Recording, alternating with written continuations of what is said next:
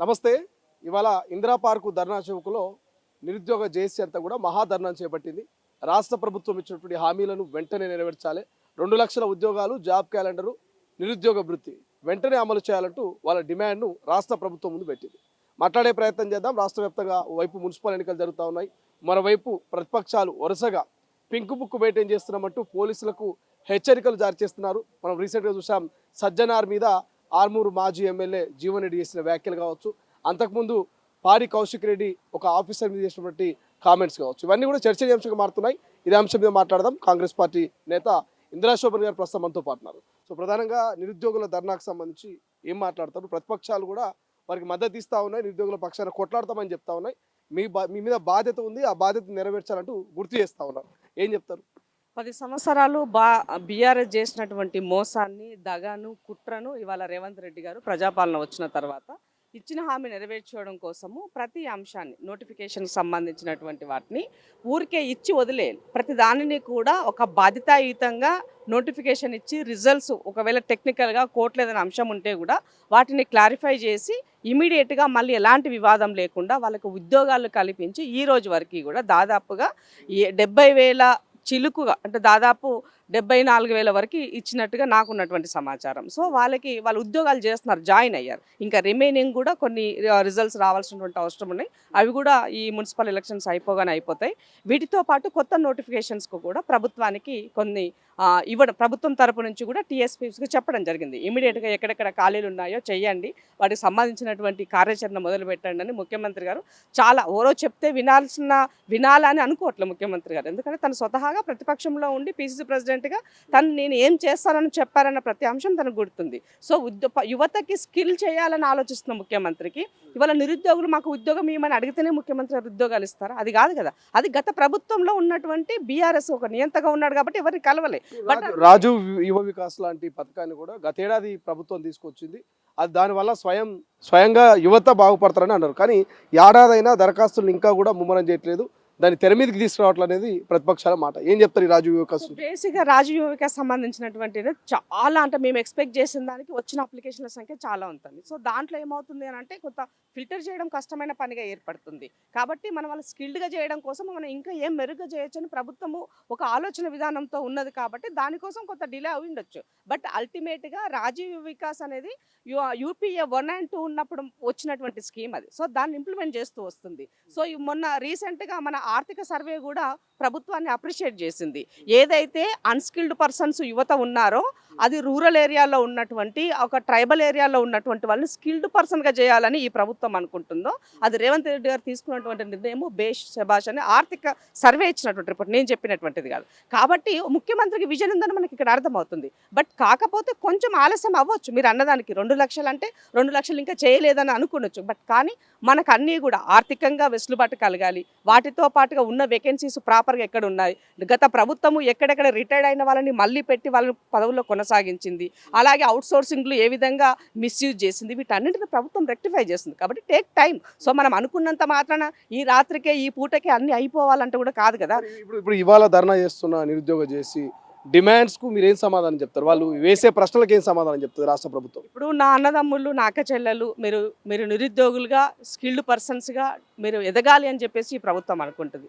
మీరు కొంత సహనంతో ఉండండి, మీ యొక్క చదువుని కొనసాగించండి, మీ యొక్క ప్రిపరేషన్స్ని అమ్మ నాయనప్పకి భారం కాకుండా ఇవాళ ఉన్నటువంటి సమయాన్ని ఏ రాజకీయ పార్టీలకో మీరు వాళ్ళకి పావులుగా కాకుండా మీ పట్ల మాకు చిత్తశుద్ధి ఉంది. ఎవరో చెప్తే, ఎవరో నిలదీస్తే, ఎవరో నిగ్గదీస్తేనే మేము చెయ్యాలని ఈ ముఖ్యమంత్రి గారు అనుకోవట్లే. కాబట్టి కొంత సమయం ఇవ్వండి, డెఫినెట్గా ఇచ్చిన మాట నిలబెట్టుకుంటాం.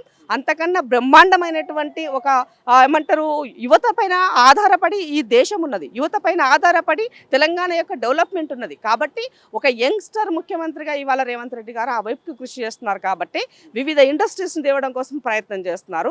స్వయాన ముఖ్యమంత్రి గారు ఇప్పటికి ఇది 3వ దావస్కి 3వ టర్మ్ తన ముఖ్యమంత్రి అయినప్పటి నుంచి ప్రతి అంశాన్ని యూటిలైజ్ చేసుకుంటున్నారు. ఇవాళ కేంద్రం నుంచి రావాల్సినటువంటి స్కీమ్స్ని కూడా నిరుద్యోగులకు, యువతకి ఉపయోగపడేటువంటి స్కీమ్స్ మీరు ఇంప్లిమెంట్ చేయమని చెప్తున్నారు. దావోస్ అన్నారు కాబట్టి ప్రతిపక్షాలు కొంత సోషల్ మీడియాలో జరుగుతున్నటువంటి చర్చ ఏంటంటే, ఈసారి దావోస్కు పోయి ముఖ్యమంత్రి ఎన్ని పెట్టుబడులు తెచ్చిన ప్రశ్న కావచ్చు, 60 సార్లు ఢిల్లీకి వెళ్ళి ఢిల్లీ మంత్రులను కలిసి మొన్న కేంద్ర బడ్జెట్లో రాష్ట్రానికి తెచ్చినటువంటి పైసల కథ ఏందంటూ కొంత ప్రశ్నల వర్షం వస్తుంది. ఏం చెప్తారు దీనికి? ఇప్పుడు ముఖ్యమంత్రిగా నా యొక్క విధి నేను నిర్వహించాను, నా బాధ్యతగా నేను చేశాను. సో కేంద్ర ప్రభుత్వము ఇక్కడ కాంగ్రెస్ ప్రభుత్వం ఉంది కాబట్టి ఇస్తే వాళ్ళ పప్పులు ఉడకవు, రేపు వాళ్ళు ఎదగరు అన్నటువంటి ఒక అక్కసుతోటి రేవంత్ రెడ్డి గారి పైన కక్షపూరితమైన రాజకీయాలు చేస్తున్నారు. నిజంగానే మీకు చిత్తశుద్ధి ఉండుంటే రేవంత్ రెడ్డి గారు ఇప్పటికి 60 సార్లు పోయిన సందర్భంలో మీకు ఇచ్చినటువంటి దాంట్లో మొన్న పెట్టిన బడ్జెట్లో మాకేమి ఇచ్చారు?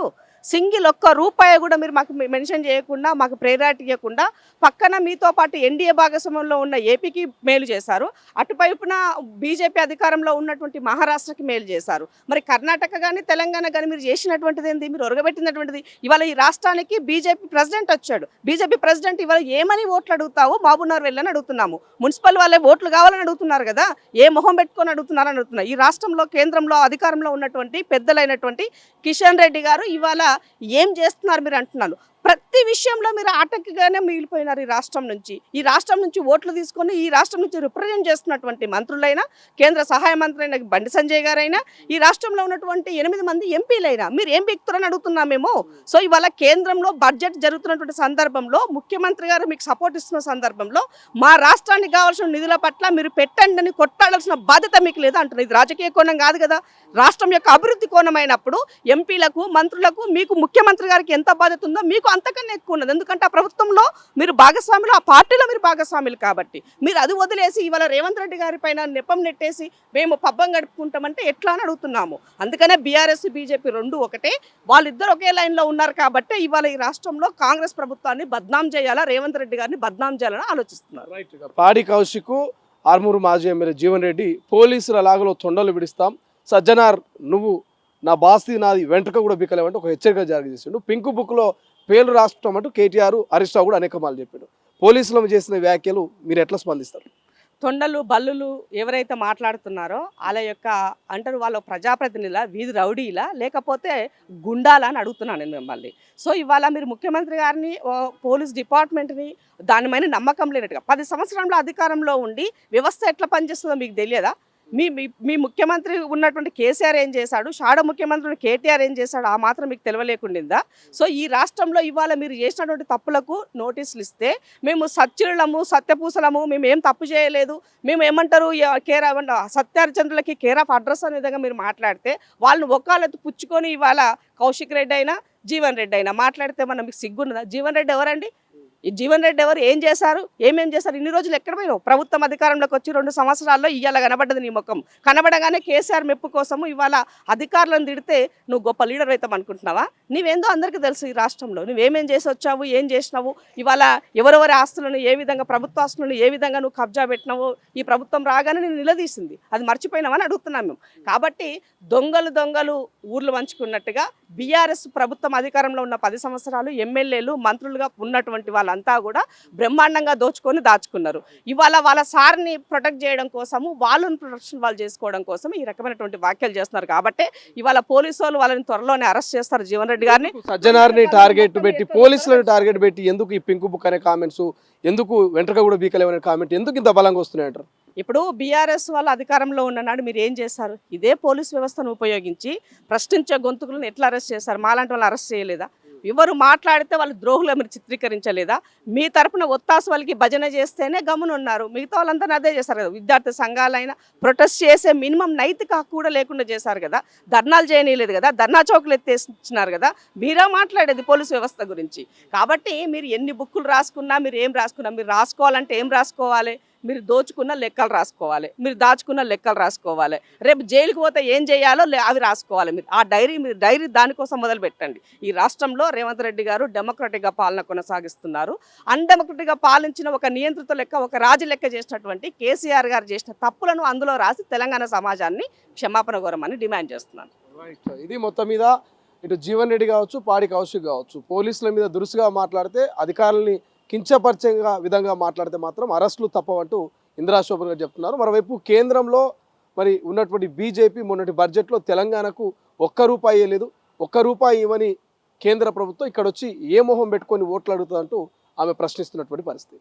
చూద్దాం ఏం జరగబోతుంది, పొలిటికల్ ఎక్కడ దాకా పోతుంది, మరి సజ్జనార్ మీద, పోలీసు డిపార్ట్మెంట్ మీద మాజీ ఎమ్మెల్యే చేసిన కామెంట్స్ ఎటువంటి పరిణామాలకు దారితీయబోతున్నాయని. కెమెరా పర్సన్ అజయ్తో శ్రీశైలం, తొలి వెలుగు, హైదరాబాద్. అసలైన తొలి వెలుగు. ఫాలో వాట్సాప్ @తొలి వెలుగు official.